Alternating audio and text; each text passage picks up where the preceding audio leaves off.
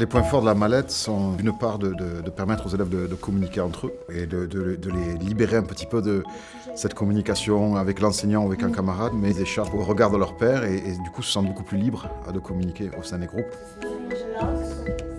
Some people were acting like me.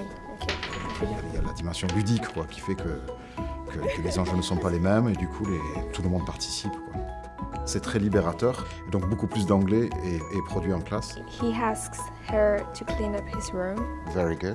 Le deuxième point fort, c'est un excellent outil de remédiation pour les élèves à qui il manque certaines bases. Et ça a permis de vraiment remettre des élèves en selle, des élèves qui jusque-là se sentaient en difficulté ou en échec sur le plan grammatical et syntaxique.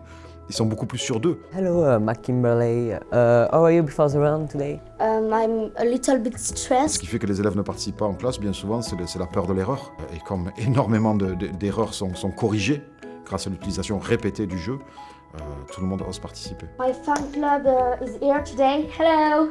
Il y a beaucoup d'étayage dans ce jeu. Derrière chacune des cartes conjugaison, par exemple, il y a des rappels sur comment on forme un énoncé à ce temps-là. Le plateau également permet de placer les mots dans le bon ordre et donc de respecter la syntaxe de la langue.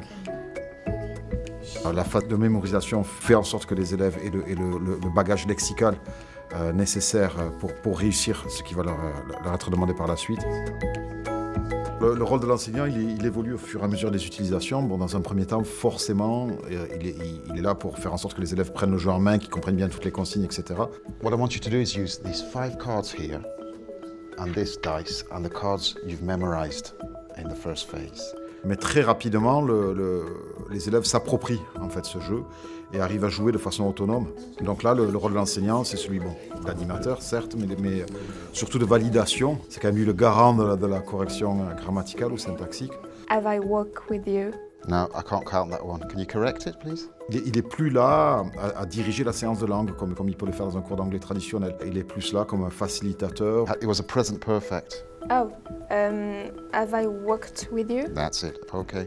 Ce que je défendrais comme utilisation, c'est une utilisation très fréquente et que cela devienne une habitude de classe. Le jeu est conçu pour être utilisé très souvent, dans le sens où il y a énormément de cartes, énormément de combinaisons possibles. Les élèves ne vont jamais se retrouver dans la même situation de production. Want to win, I will win. Mais d'ailleurs, les élèves demandent à utiliser le jeu et quand on leur donne quelque chose qui leur permet de progresser et au travers duquel ils peuvent mesurer leur progrès, ils demandent à l'utiliser.